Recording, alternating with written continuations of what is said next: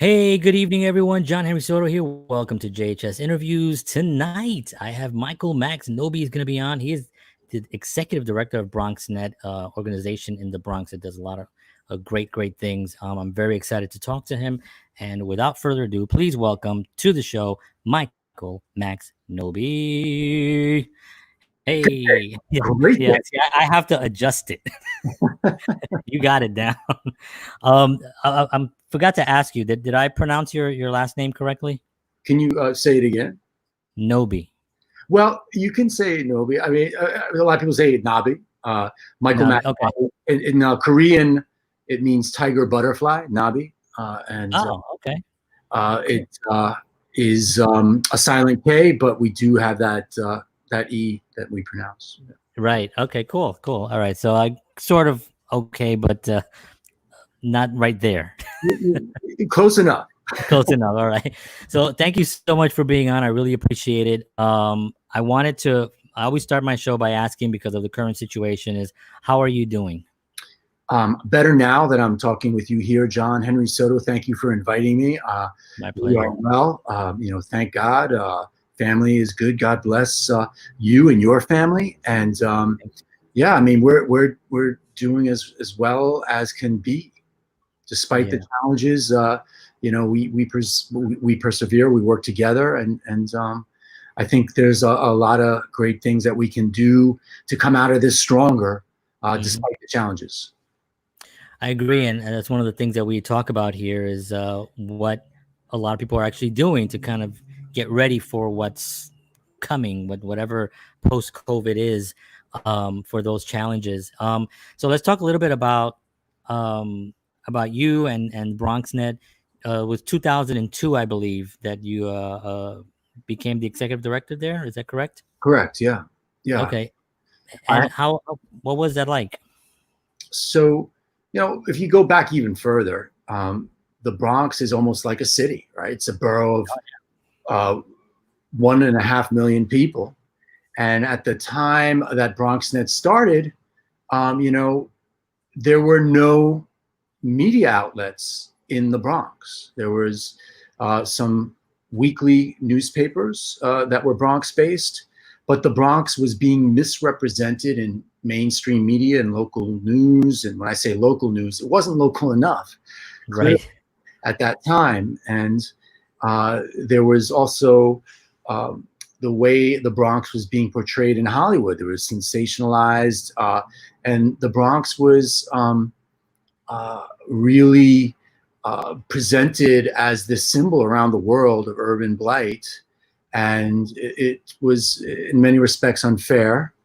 And the people of the Bronx needed their own media outlet. The people of the Bronx needed a voice. And BronxNet became the network of the people of the Bronx. So we produced the first and only daily news show live in the Bronx at the time, back in the early 90s. And we expanded from 0 channels to 1 channel to 4 channels to now we're 6 channels. Wow. We started our operations. We went from no studio spaces in the Bronx for a local news and information to a studio at Lehman College in the Bronx, and then 2 studios at Lehman College, and then another studio in the East Bronx at Mercy College, a BronxNet TV at the Hutch Metro Center at Mercy College, and then now we have a 3rd studio in the South Bronx, and BronxNet at the Hub. And in addition to that, it's about providing media access and media production training for the Bronx, for the people of the Bronx, to share their vision, to contribute to community building through media, and to provide also the students of the Bronx, middle school, high school, and college students, with career building experience, with experiential learning opportunities at BronxNet, so that we can help prepare the next generation of future media leaders. And we continue to do that, and we've done that, and that's been a big part of our educational mission, is to provide this workforce development training for Bronxites and students, high school students that are now producers at MTV, BET, CNN, at WNBC, at CBS, at ABC, at News 12, New York One. I mean, these are reporters, these are anchors like Darlene Rodriguez at NBC, Yaya Uberis at New York One, Leslie Paget, a post-production supervisor at CBS, people behind the scenes, in front of the camera, people who are award-winning producers, industry recognized people in the industry that are industry leaders now, but started in the Bronx at BronxNet as Bronx students with some aspirations. And that's the story of the Bronx. We're an aspirational borough.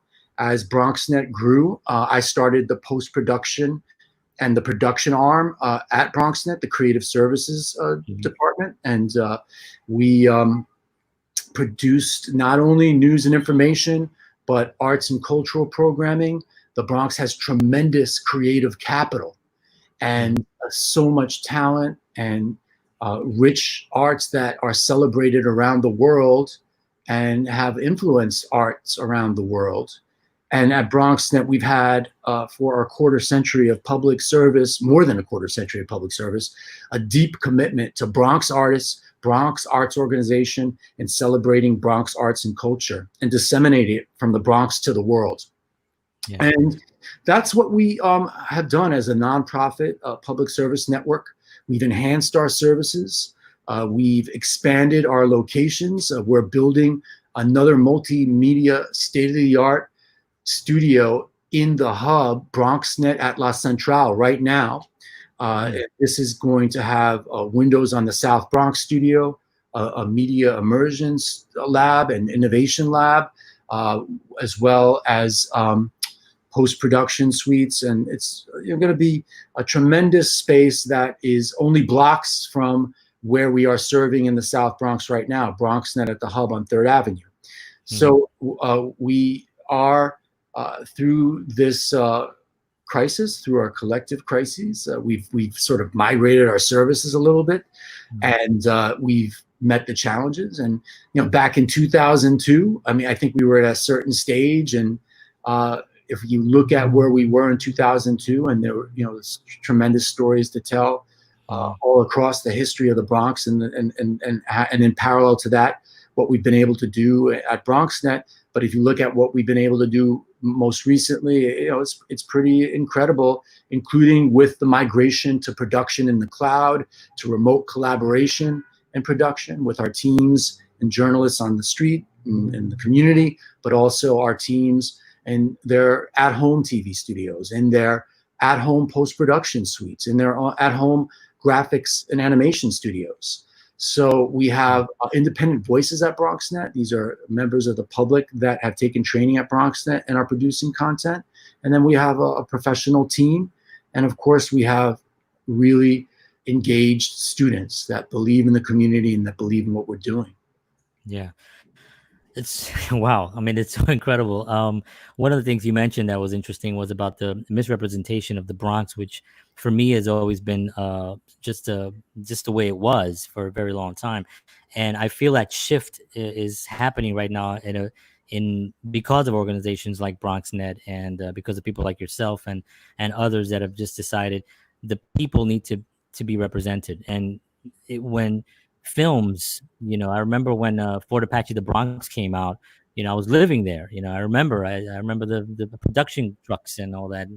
And when the film came out, it was such an outrage that they had to put a disclaimer at the beginning of the film saying that the Bronx is actually not like this anymore. It's being being developed, and it was all this, but it was such a, because it showed the worst were, I mean, you talk about taking 10 steps back when we were just coming out of the 70s and going into the 80s. That is that something that the people that you bring into your organization, that they're aware of? That, do you make them aware of what the history of what they're dealing with is? The actual the dark period, I guess you would say. Yeah, I mean, we recently celebrated our quarter century of public service anniversary, and we definitely heralded the people of the Bronx through the history of the Bronx and through these periods of crises and how the community comes together and is a part of resurgence and making the Bronx a symbol of urban renewal.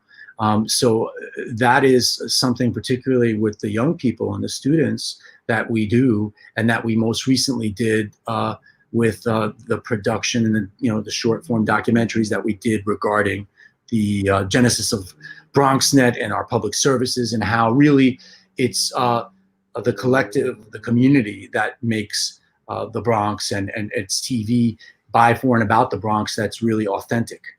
Mm-hmm. And how do you deal with the? Is there a lot of bureaucracy when you're trying to create certain things, Bronx related, where it needs a space and you need to find, like Mercy College? I'm familiar. I went to Mercy College actually for like about a week, but that's a really great space over there. Is there a lot of things that you're up against, or is it pretty smooth sailing? So Mercy College has, a campus in Manhattan, and then there's the Dobbs Ferry campus right on the Hudson River there, and there is the Hutch Metro Center campus in the East Bronx, and it's a beautiful campus. Yeah. And what we've done at BronxNet is we've identified partners with unutilized or underutilized space, and we've transformed those empty spaces and places into media active spaces and community spaces. And so at Lehman College, we're not in a basement. Right. Some think we're in a basement. We're not. We're in a sub basement and a sub basement, but it's beautiful space. It's 2 large studios, state of the art technology. We've got all new lighting systems there and all new control rooms and beautiful studio spaces. And we're also renovating our other spaces there right now. So there is some construction happening at our network operations, BronxNet at Lehman College. And then at Mercy College, there was a small space off of the cafeteria that was underutilized. Maybe somebody would once in a while go sit there and study, but it was, it was just off the cafeteria. It was not really being utilized. It was a small space. Yeah. And it was identified as an opportunity for BronxNet to create something that would benefit the students and the people of the East Bronx with a state-of-the-art studio. And we created an express studio there. We created a media lab there. And it's a wonderful way for people who live in the East Bronx to engage in community building through media, to learn how to produce a show and actually produce a show. So we have a studio where independent voices, people who live in the Bronx, are producing shows, and we're also producing shows with our teams. And then students are coming to the East Bronx site as well. BronxNet at Mercy College has high school and middle school students that regularly go for internships and media workshops in times of relative normalcy.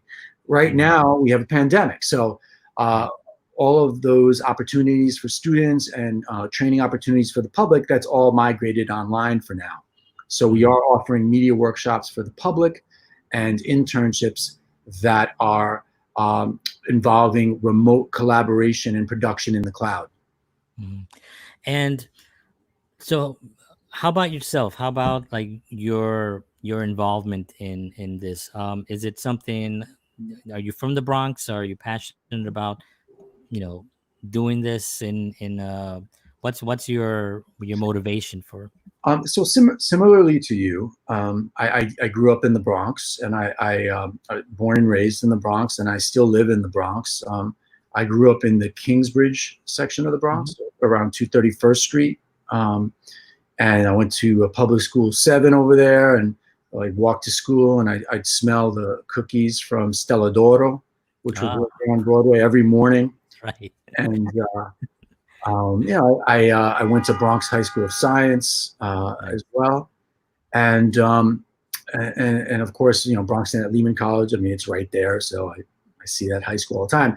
But I still live in the Bronx, not far from where I grew up. I live in this beautiful borough of Parks. I live next to one of the most beautiful parks in our whole region, let alone New York City. I live near Van Cortlandt Park, right next to Van Cortlandt Park. It's like my backyard. Wow. So I am passionate about the Bronx. I love the people of the Bronx. I love the landscape of the Bronx. I feel like no matter where I go in the world, my heart and my home will always be in the Bronx. Yeah. And I say that I've got a connection here that is truly remarkable. And I have friends that I grew up with that have moved away and they miss the Bronx and they stay in touch with me and they come back to the Bronx and Mm. and it's kind of beautiful to see. I mean, the Bronx is a special place, and you having grown up here, me having grown up here, and and people who are from here, there's a certain pride that we have, and the people of the Bronx are a particular type of strong, and I think that's why we recognize this in each other, and that's why we have this affinity for this place where we were born, where we were raised, where we live, where we work, and it's a special place. Yeah, and I talked about the that time, those years, the dark years or whatever I call them, but I don't really mean them dark in a negative way. It was just a tough time for the borough. But me personally, I had a great time. I had a loving grandparents that raised me. My mom was very involved in my life. Great brothers and sisters, and a tremendous amount of friends. It was so for me. It was regrettably I moved out. And for music reasons, and I wanted to kind of go out and explore the world and all that. And but honestly, I sometimes feel really bad because I remember at the time when I got out, I was living in a with my grandparents, and I felt bad because I really wanted to get out. But after I got out, it wasn't that I wanted to get out of the Bronx, is that I wanted to kind of explore the world a little bit. I at the time I didn't have enough mentors or that could tell me, you can still explore the Bronx and come back. But I didn't, and I left, and I always feel bad about that. And I always went back. I have a lot of friends. My sister still lives there, and a lot of friends. And but you're right, there is something special about when you grow up in the Bronx, and it's not like any other borough because when you look at some of the boroughs, and I know other boroughs are not going to get mad at me, but that's okay. But like if you look at like Williamsburg, right? Williamsburg, I have friends that live in Williamsburg. Oh, Williamsburg. Well, Williamsburg was like a really rough place a long time ago, right? And suddenly now it's the chic place to live, and the L train is like the whatever they call it now. But um, this is my opinion. I really feel that the Bronx is actually now making this resurgence and having this renaissance because of people from the Bronx. And I kind of, when I look at Williamsburg and I go in there, and I have some friends that live there, they're not from the Bronx. I mean, they're not from Brooklyn. They're not from New York. A lot of them, they just came in, they moved in, and they kind of like, and it's cool. I mean, I'm not saying, but they weren't from there, unfortunately, and I think it pushed people out. And I think what's happening with the Bronx, I think that it's completely different. I think the Bronx people are actually making it happen. They themselves, and they're staying. They're staying and they're coming back, and that to me is exciting. I don't know if you know. Well, actually, I won't talk about her right now, but I'll talk about her later. But there are people that are from the Bronx that came back, that went out, got these big educations, and they came back, and brought that education to the Bronx. What do you deal with that's the hardest to kind of overcome with your mission? Well, that's a good question.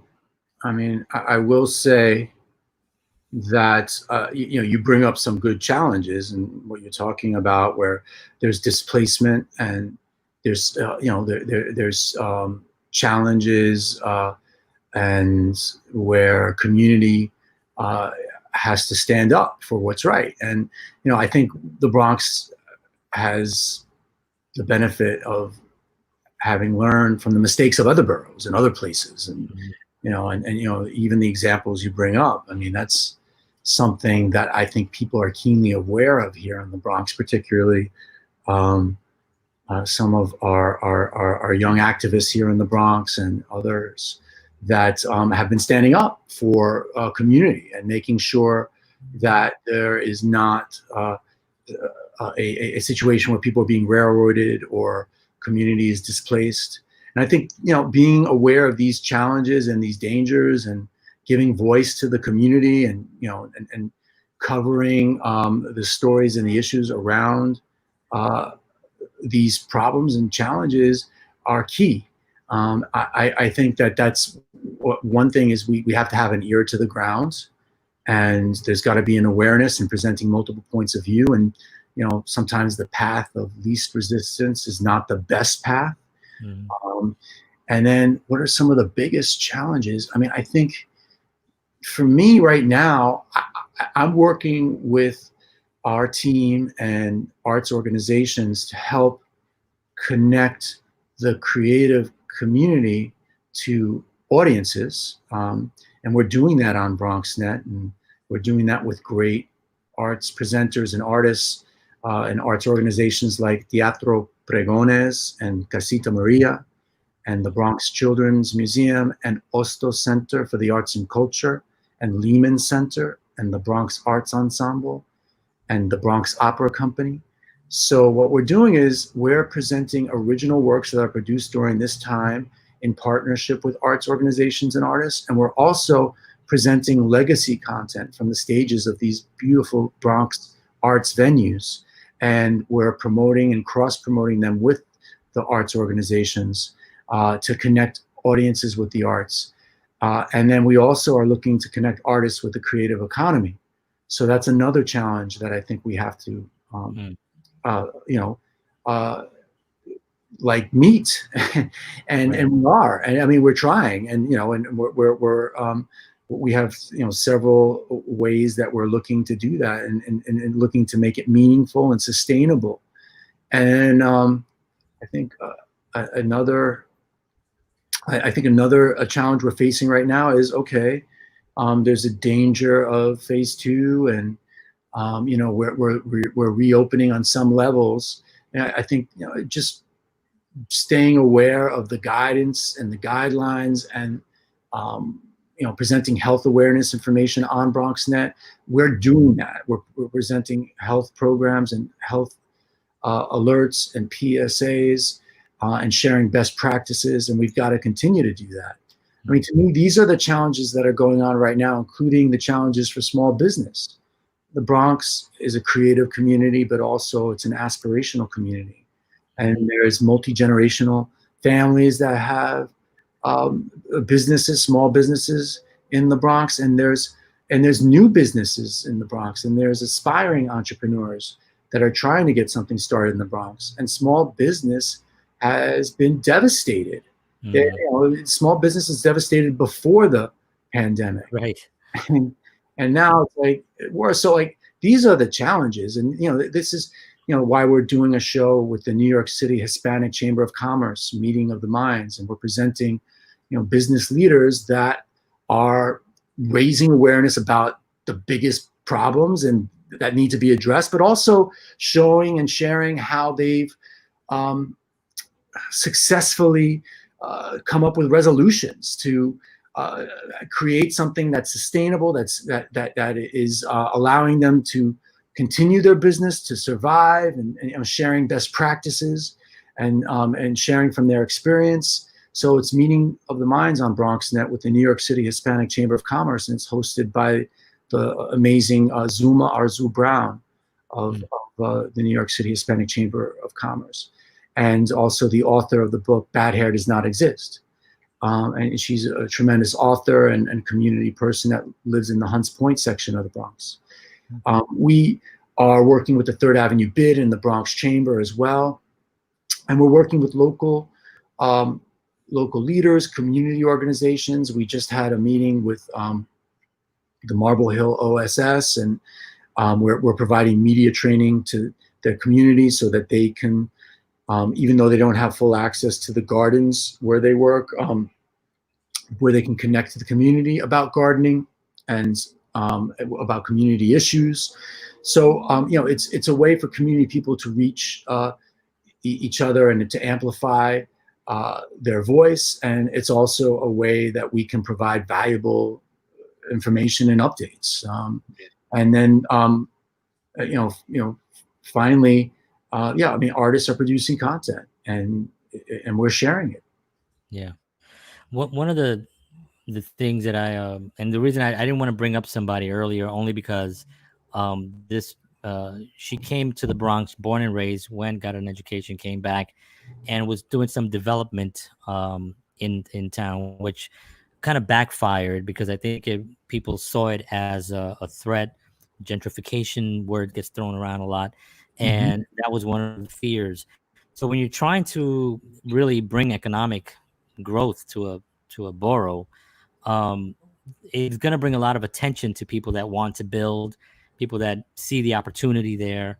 Um, how much of that, are you is I mean, it's something it can't be. You can't avoid it. There's gonna be some displacement of some things if you bring in economic. I'm playing a little devil's advocate here, but if you bring in some type of organization or some type of a structure of a something, and that's This is the limited edition high performance BronxNet Shiro One two-layer face mask. By the way, we actually created right. this in December, and we were wearing them already in February. I love it. so So when you put a lot of attention on economic changes into a borough, are you concerned that the Bronx net is going to be used, to show that this is actually a good thing for the borough to bring in more money? We need to knock down those buildings and put up a 20-story building. And Well, I look at Williamsburg as an example because they went in. A lot of developers came in. It didn't seem like there was the structure that you have with BronxNet and that that entity that can actually make sure that there is some type of like, whoa, hold on, we got stuff going on here. That wasn't in Williamsburg. People came in there with like sledgehammers and just did whatever they wanted to do, and the displacement just happened, and it was unfortunate. But is that something that you get concerned about, or there's everybody is, alert and aware and concerned, and um, and I think that also there's a diversity of voices. I mean, on BronxNet on our channels, right, it's 6 channels, like I said, and it's independent voices that are using BronxNet's resources to produce and then submit programs for broadcast on the BronxNet channels, or there are people who are just independently, producing shows. They have their own technology and they're producing shows and submitting content. And these programs reflect the diversity of the Bronx. They're multilingual. They have multiple perspectives clearly. And I would say that you always want to be aware and look at what is being said and read between the lines. And I'd say that there's so many great shows on BronxNet, and there's such a spectrum of ideas being presented that I can tell you unequivocally, what you're talking about, it's not overrepresented or even, I would say, something to be concerned about in terms of being on the channel. I mean, I haven't seen it, but right, like I said, we're always alert and we're always aware. And I think that the important thing is to keep the conversation going and to keep alert and keep keenly aware and read between the lines and don't take things for granted. And yeah, I mean, I said yeah, it before, I'll say it again. It's the path of least resistance is not always the best path. right. Put mine out. I just had to put my name on mine. Had to join in on that. Um, So I like that yeah, though. this one has got um, like artwork from the street artist Shiro Oh, One. okay. Oh, look at that. Okay. So she's a Nice. internationally renowned street artist who loves the Bronx, and her name is Shiro One, and she did this epic mural, "Love for the Boogie Down," Nice. on our studio wall in at BronxNet's network operations at Lehman College. And she That's also awesome. designed these face masks with our graphic designer Christine. Yeah. Love it. So let's talk about artists. Growing up, I had Casita Maria, which was there, and it was kind of a place that I went to a lot to, there was a lot of violence during that time, and that was a place that I was also a little celebrity. I was a ghetto celebrity because I was a little bit of a break dancer at the time, and I was dancing in all those events and all that stuff. So I would go to Casita Maria to practice and to stay out of trouble. Um, Music was something that I was in my house, and you know, a lot of the organizations didn't have just a place where you can go and learn how to play. I had to learn how to play by taking books out of the library right there on Southern Boulevard. I'd go in, get a book out, take it out for 2 weeks, learn, write down the chords, bring it back in, take it out again, and that was the way I learned how to play. Um, the network. Do you have? I know you have a lot of artists on there as well. Do you have programming that kind of like deals with specific, like maybe music, maybe a jazz thing or something related to that? Well, through the history of BronxNet, we've had amazing producers, and some of them we've lost that did jazz programming on BronxNet, like Jazz Corner Mm-hmm. and Steve Pucci, Yeah. Latin Jazz Alive and Kicking, and Keith Copeland did an amazing show, and we still have some great jazz shows. Um, but right now, I would say that there is a real effort to make sure that despite the digital divide, despite schools being closed, over the course of last semester and this summer and into next semester with the changes in policy and guidelines, there's concern that with remote learning, not all students have enough devices in the home, not enough reliable bandwidth or internet at home. So we at BronxNet have teamed up with Bronx educators to create the Bronx Edulution. And we're working with Bronx Executive Superintendent Misha Ross Porter, Bronx Principal from CS55, Luis Torres, and other administrators and educators, so that BronxNet is providing media training to Bronx teachers, and Bronx teachers are producing educational lessons for broadcast on BronxNet television.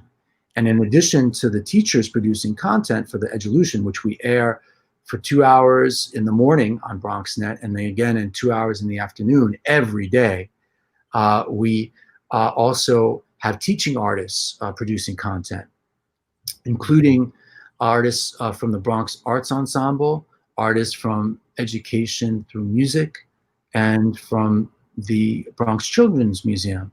And it's not only math, because there's math lessons. It's not only science, because there's science lessons and literacy, and there's also arts education and music lessons and visual arts programming, and it's all on BronxNet in the morning from 9:30 to 11:30, and again in the afternoon from 2:30 to 4:30 every day.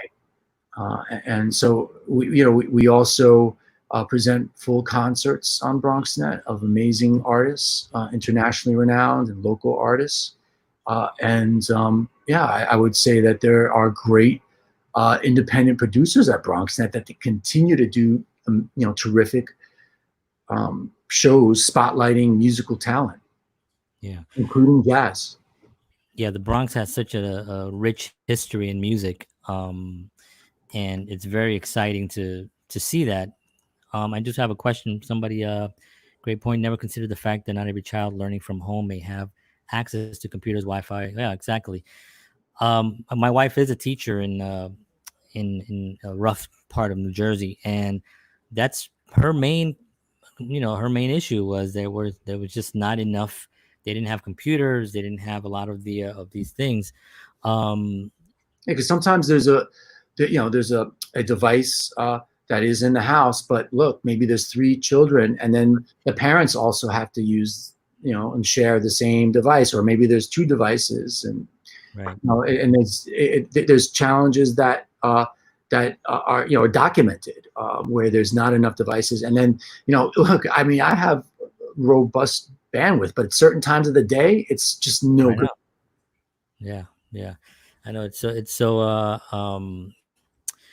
it's really difficult to really just have a one complete answer for everything, because everything is exactly what you're doing, because you're taking these steps and kind of running into, you have these things that you're working with these teams and figuring it out, as you go along. Sometimes you don't know exactly what's needed until it's like, oh wait, just remember, this has to actually be confronted here. We have a situation.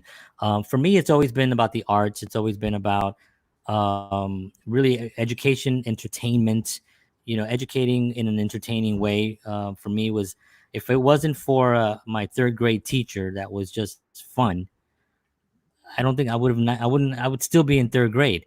And in high school I had a teacher that was just fun, and he kind of presented characters as he was educating. And one of the things that I would like to see also is something like that on BronxNet, where maybe even like some kind of a sitcom or something, like some kind of because right now one of the things that I've been talking about a lot of is that during this whole pandemic, there's everyone has been streaming the hell out of Netflix and just sucking all those platforms dry.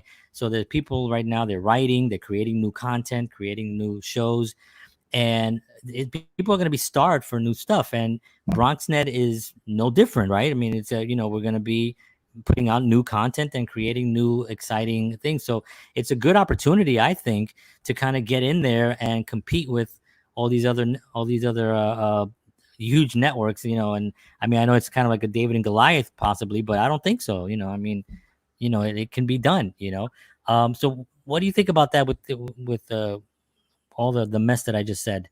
I think that you're right. It's a time to sort of recreate and create, and it's a time to be reborn, and a time to like just look at like where we are in the world and what we are and who we are and what we want to do and do it. It's just reassess everything and prioritize things maybe differently. Like look at like uh, you know this way that we live and what we do in a different way, and deconstruct it, reconstruct it, or just do something completely different. And I would say that people are doing it. I mean, before the pandemic, Trisha Hayward was doing a sci-fi soap opera on BronxNet with like costumes and sets and she's definitely migrating that creativity and channeling it in a different way.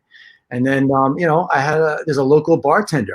I'd see him in, this spot near me, Tallulah, and he's in a band, and his band is great. It's like reggae, beautiful music, original music.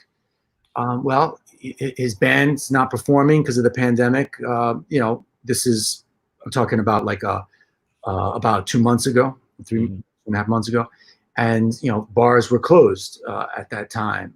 Where not even the outdoor section was open, so he was out of work, right? And his girlfriend was also out of work as an artist as well as the bartender.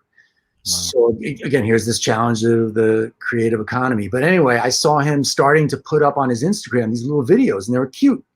I said, "Why don't you do a show on BronxNet?" And he was just like, "What?" And then, I swear, 11 days later, he submits to me this brilliant show called Cult TV.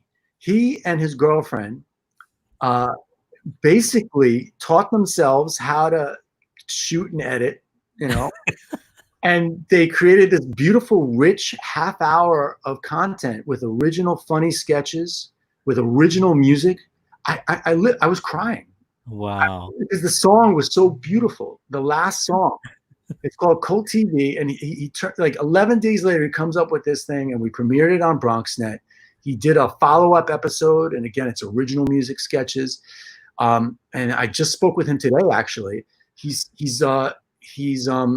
rebranding his whole band and all that, and basically he's going to be doing these single releases, and he's just recreated himself. And he said that his girlfriend, his partner, she basically took that opportunity to work on this show with him, which they both learned a tremendous amount and just producing this show. And now she's producing her first film. So you never know where these things are going to take you. You know, It's true. It really is what you make of it. If you look at the situation and you say, "Well, I have this time now. Let me just rethink of things. Let me look at what I've been doing. Have I been happy? Because I think a lot of people had to put the brakes on stuff and then really take a good look at what they've been running at 1,000 miles an hour and realizing, you know what, I'm not even that happy doing this. And really start working on that script or that I started this because I was here and I was like, oh, okay, well, I have 2 films scheduled. That's done. All the other things that I was planning on doing. And I said, well, what can I do? Well, I can call up all the wonderful people that I've met throughout my life and see if they want to just have a conversation with me on camera, and then it kind of built into a little bit more of than what I thought. And now I'm here talking to you, which is such a pleasure. And, uh, you know, that's amazing that they did that. I mean, it's such a joy to hear that because that's exactly what I was just talking about. I was talking about just somebody who just coming in and saying, "Here, this is entertainment," and that to me is more of what's in the Bronx. Because the Bronx, I think, is the most entertaining of the boroughs, right? I mean, you could say Manhattan, but Manhattan is just they got stuff and stuff, and but it's Manhattan. It's a big place, a lot of buildings, and a lot of stuff goes on there. But the Bronx for me just has character. It just always had its own character, and it's just rich place for that. Do you get excited when you think of an idea and you see it happening? I mean, because you've talked about so many amazing things that you've done. There must have been that moment where it kind of like you had this idea, you brought it somewhere, and then the snowball started happening, and then you see this thing actually go to fruition, and you must be completely so happy about it. I think of course, I'm happy about it. I'm grateful that we've had some success, but I truly am fulfilled and happy when I see some of our young people in the industry who are producing stuff, who've learned the skills and who've built this experience at BronxNet and now are taking it either at BronxNet still as one of our great team members or on a national network or a local New York mainstream network. I would say that is a great achievement. And then as far as other stuff goes, like, it's always like the next thing, once you do it, you don't sort of rest on it. Like you got, okay, it's kind of like being hungry for what's next and what's the next opportunity, what's the next challenge, what's the next problem to solve. Every challenge has at least 7 resolutions. Let's work together to meet them and to solve them and resolve them. And I think that's how I kind of look at it. There's a thing that I will say is that I'm very proud of our team at BronxNet because we hit the ground running when this pandemic struck New York City. On March 13th, we had already scaled down by March 13th our operations. We had smaller crews. We were only doing limited numbers of shows in the studio. And March 13th was our last live show in the studio. By Monday, we were producing remotely all of our shows with our TV hosts at home in their home TV studios, with our production teams and producers collaborating and doing, and creating the show remotely, production in the cloud.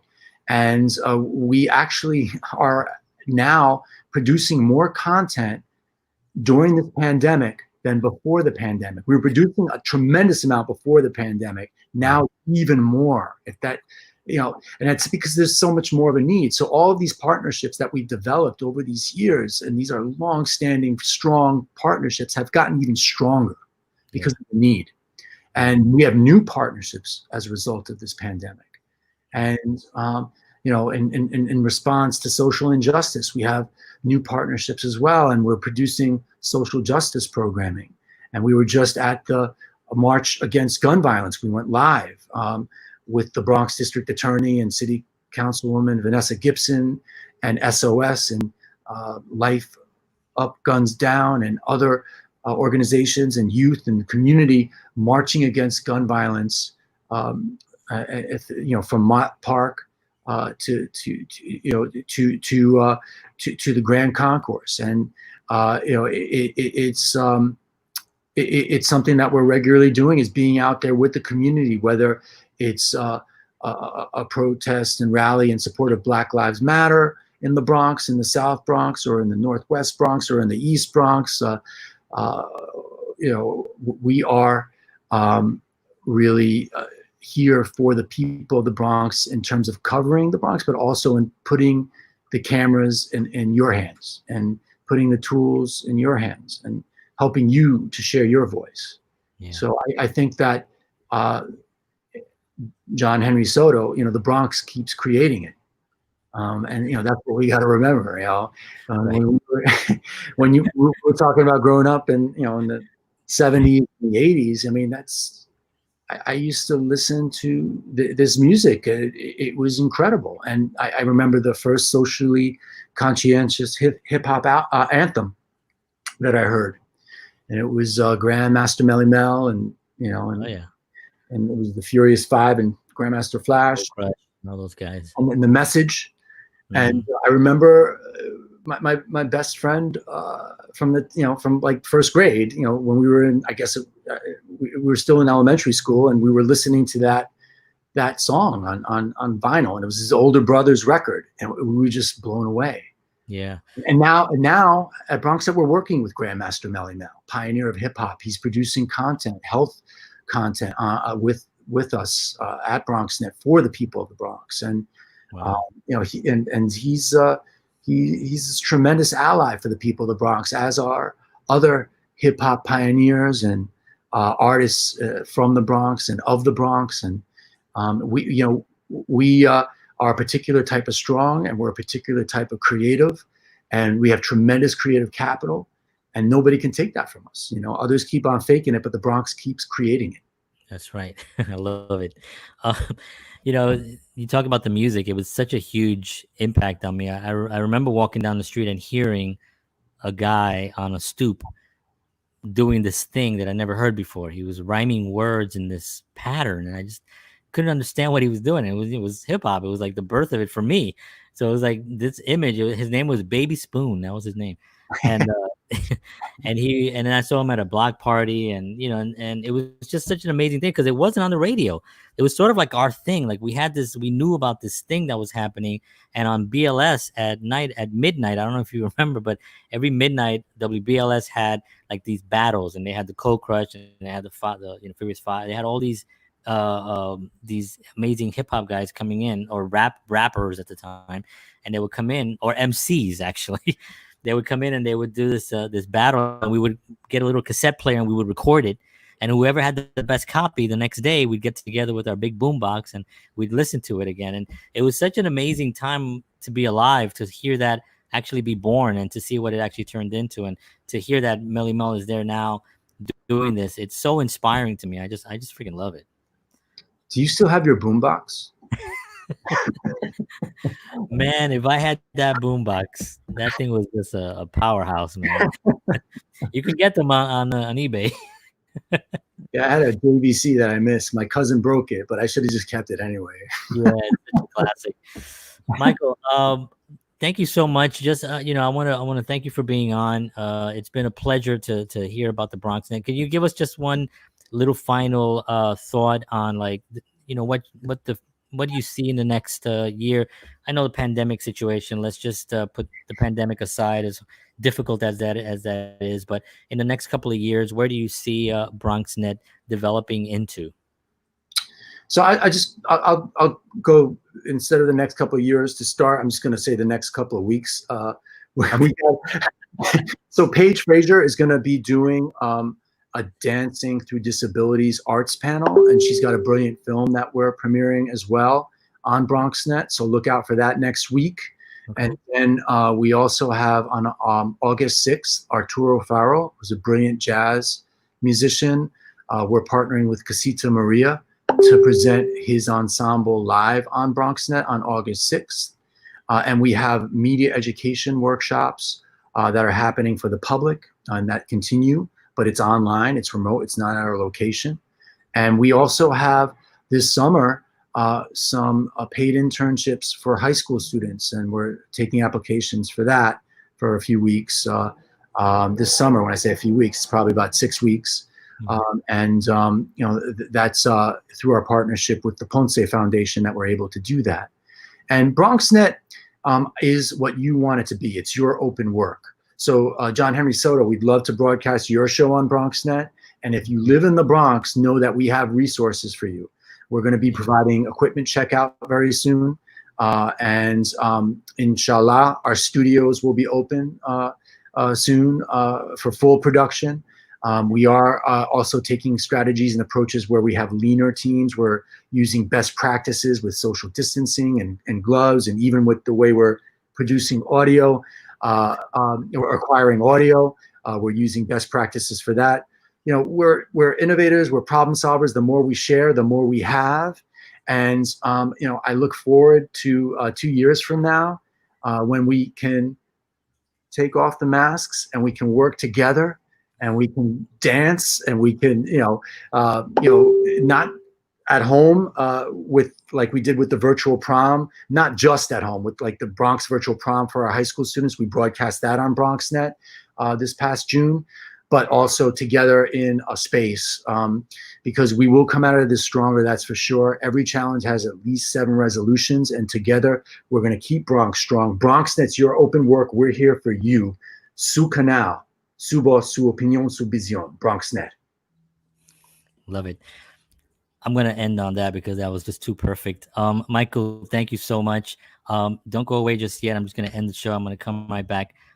But thank you so much. I really appreciate you and what you're doing with the BronxNet.